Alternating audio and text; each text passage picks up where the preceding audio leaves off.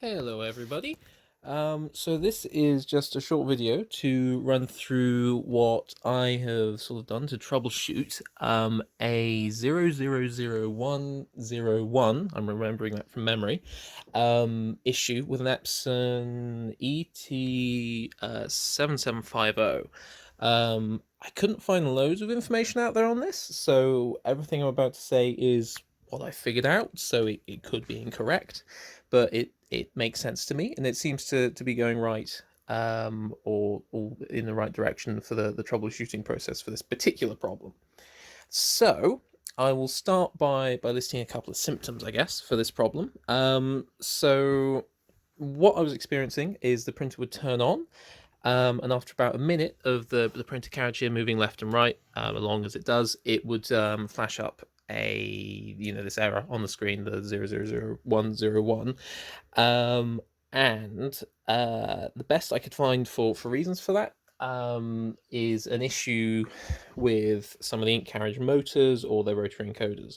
So I'll get into that in a moment. So that was the main problem. But the other things I noticed were that our inked our sort of ink what would be the print head, sorry, the print head cleaning mechanism. So normally that would sit there where the white stuff is. It would because this is it here. This is where my problem is, so it's been removed. But normally this unit would sit just here. So this unit was absolutely caked in old ink. So cleaning off the ink may help the issue for you. For me, it was the ink had gotten in too deep and it was too far gone, and unfortunately, it's had to be, or it's going to be replaced most likely. So that was the other symptom, and the other thing was so shortly before the error appeared on screen, I'm talking a few seconds, you'd hear a sort of screeching noise coming from the printer. I narrowed that down to our back right corner, and it was actually coming from this motor here, that one on the bottom there, and that kind of hints at you've probably got the same problem as me if you're hearing that noise, or if this particular motor is playing up, because what was happening is this motor was being put under too much load, which means it's trying to turn and it can't turn, and that's why we were getting this 000101 error. The reason it was trying to turn, sorry, we've gone out of focus there. The reason it was trying to turn and it couldn't, ended up being this ink pump unit. So it's actually on the end here. There's normally a piece of rubber. This little piece of rubber here that has been removed actually now. But it's that piece of rubber is attached to. Let me get a pointy thing. Is attached to this piece of plastic here, and this piece of plastic is pushed up by that motor back there when the ink head or the print head comes in for a cleaning run, I think, is what I'm running with. If I grab this, I can turn it over without getting ink on my hands, and you can see this here is the little mechanism for it. So this, it's all upside down, which isn't great, but that arm there, what's happening is, I don't know if I can push it back, maybe? Ooh, no, it can't. But basically, that arm pushes up the plastic that the rubber's attached to, a bit of a chain of events. But because I'm guessing that there's like some reduction gears and stuff, so there's not much force behind that arm. The piece of plastic, where's my pointy thing gone again? The piece of plastic down here was getting stuck, and the arm didn't have enough force to push it, and because the arm couldn't push it, it was stopping all these other gears from turning, basically, and that's why we had our error. So to fix the error, for me, in my case with this particular problem, I could remove this part of the mechanism, this little arm.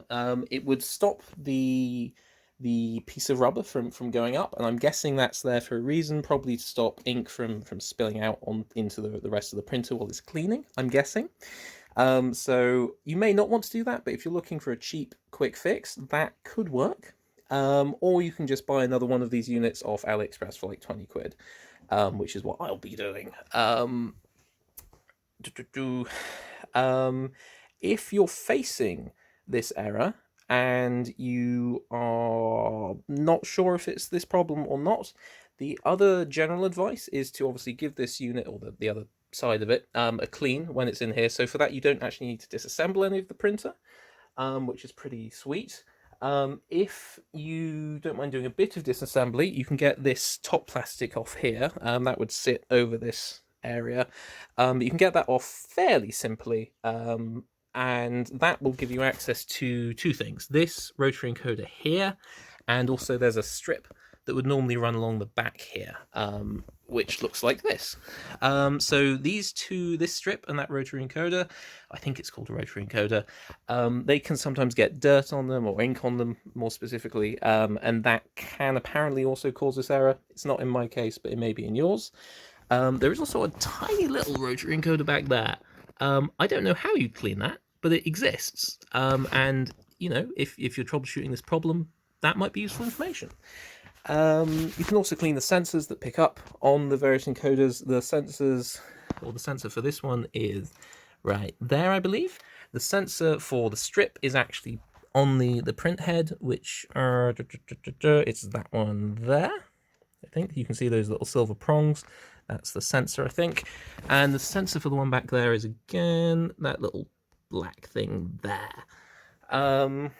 So I think that about covers everything I wanted to say. So,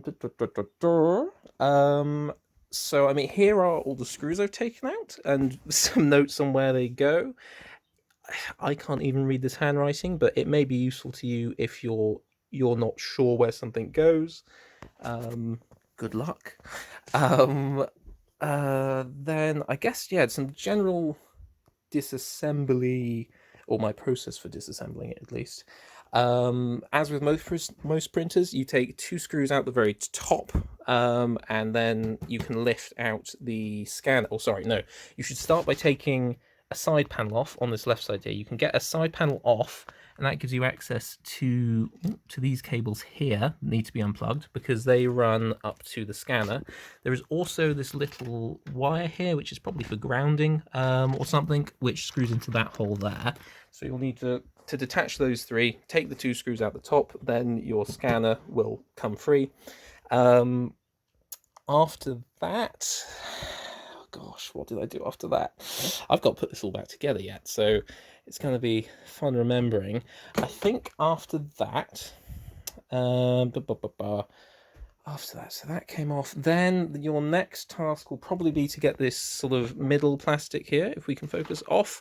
So this just sits over the inside of the printer again. So once that's off, you'll see much more of all this. To get that, most of the screws are on the top. There's some, I think, on the back and around the side here, maybe. So do look all over the screws. Then, after getting that off, I'm trying to remember, what came next? I think after that, I think I loosened up this. No, there was a few things actually, but I removed a pillar from here to give me better access to see what's going on back there. You probably wouldn't have to do that necessarily, but I did.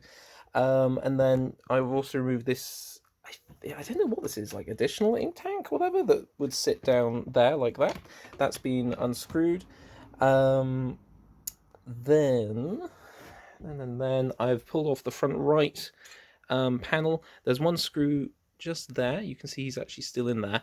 He comes off along with, I think it was two down the side to get that one out. Yeah, one, I think down there or somewhere along there, and one down there. Oh, and for that one, there's little clips on the bottom. Oh, there goes that screw. I'll find him in a moment. But you'll see this little, cut out on the bottom with a plastic clip on it, if it'll focus. Come on. And you have to pry the plastic or the plastic clip around this. That caught me. That had me for a few minutes. There's our screw. Let me just grab that, put it back where it's supposed to go. But once you've got all that off, you should... Oh, and of course there's 2 screws on this unit itself. You can kind of see in there where they go. It's in the bottom left there and over towards the right. Then the last thing I did was find any screws that went into this bottom piece of plastic. So the large bottom piece of plastic that is the bottom of the entire printer. I went through, there was I think a screw down there. I think there might have been some in this area as well. But basically anything that you think is holding this bottom plastic in, you want to remove, because what you'll do is, I'm doing it between this piece of plastic and this piece of plastic down here. I'm prying it open like that. Now, I'm sure there's a way of removing the bottom plastic, or maybe removing the like the printhead track or something to get at the pump better, but I can't figure it out and I can't find the screws for it. So I'm prying it open like this, and that can just give you enough clearance, and I mean just, because what you'll be fighting with is that piece of metal there, and this is it that one? No, this one over here. If you can see that, you can't see it, but there's a black pillar there. You'll be fighting with that and that to squeeze the pump mechanism out. There is a tiny little spring back there normally, which looks a bit like that. The circular end was... there it was. It was on that tiny metal hook. I'll zoom in. That one there. And then the other side was hooked through this piece of metal here. Removing that will make your life much easier. This piece of metal does lift up, because it's just kind of like slotted in. You can kind of see around that side there where it, a little bit, just where it would slot in, like down there. I've got more ink on my hands now. Also, side note, I would recommend wearing disposable gloves for this. Ink gets everywhere. It's awful. But before you free up that piece of metal, you'll want to pull this cable off as well. You'll want to just pull it off, because it's only stuck on there with adhesive, but if you leave that on there, you'll probably tear it. It also goes down there, and in the corner it kind of folds. It looks really messy now because I've pulled it out, but pulling it out of the corner and undoing that fold gives you a little bit more play in it, which is really important when you're trying to get this out, because you don't want to tear that cable. I don't know what it's for. I don't want to find out, so don't tear it. But yeah, undoing that cable as much as you can gives you a bit more play in the cable, which gives you a bit more space to get the ink pump out. And again, to get that out, I was just prying it like this, with one hand, and then with the hand that's holding the phone, I was just sort of wrangling around the mechanism, the ink pump. Getting one back in is going to be a real arse, but we will manage it, because that's the job. But I think that about concludes everything I have to say. Yeah, basically it's not an easy repair at all. It's quite a tricky one, and it takes a lot of time. I think I've spent a few hours on it at this point. But these are expensive printers, so they can be worth fixing for people who want to fix them. Yeah, you can get some nice Brother printers for about 120 quid. So if you don't need A3 printing, if you don't need higher like photo print quality and things, then you might be better off just replacing it. I shouldn't encourage that, because it's very wasteful to just throw something that is repairable away, but this is not an easy repair, so replacing it is an option to some people, and it's worth considering before you embark on this sort of adventure. But yeah, I think that's everything. I'll be something else. Oh yeah, a few things to sort of be aware of, I guess. Oh, that was one thing I wanted to mention. This tiny little tape, if you Unfortunately, the video stopped recording there for a moment. But if this little tape, if you take it out and forget which way it goes in, these numbers here, you'll want them the right way up, and you'll want them to go onto the far left here. When you put it on, it will go over. You can sort of see there. It'll go over that little puzzle piece looking thing just there. And it'll be quite slack. And when it's slack, you'll want this spring here, just as it is, but you'll want the left side of it, you can see it there, to go through the tape, and that will pull it nice and taut, which is quite important. I mentioned the other spring earlier on. Obviously, be careful of cables throughout. When you free up this ink assembly, this ink tank thing here, be very careful of these pipes. If you break them, you will have a very, very, very bad time. While you're troubleshooting it, obviously these are mains cables, so this is mains power. That's the power port, power input on the back there, and that leads all the way around to the front here to this metal box. So be careful of those cables. It goes without saying, unplug the device before working on it. And if you do turn it on while it's partially disassembled and you're troubleshooting it, keep your hands well away from the motors and from any gears or from this entire print area, really, because you don't want to get your hands mashed up. That's not going to be a fun time for anyone. But now I think that genuinely, really brings this video to a close. If you have questions, I'm happy to try and answer them, but I may not have the answers you're searching for. I'll say that now, but it won't stop me from trying.